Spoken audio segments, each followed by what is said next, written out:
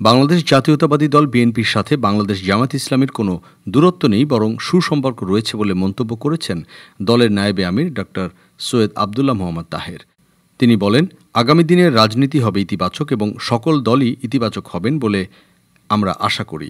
সুতরাং বিএনপি যে ঐক্যের কথা বলছেন এবং জামাতের সাথে তাদের কোনো বিরোধ নেই, আমি মনে করি ওনারা এটি সঠিক কথা বলেছেন।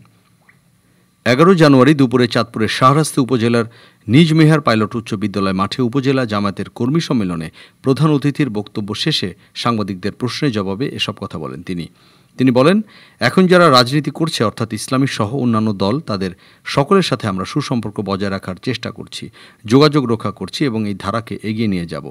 বাংলাদেশের 3 দিকে প্রতিবেশী দেশ হচ্ছে ভারত। জামায়াত ইসলামী যদি রাষ্ট্র ক্ষমতায় আসে তাহলে পররাষ্ট্রনীতি কী হবে?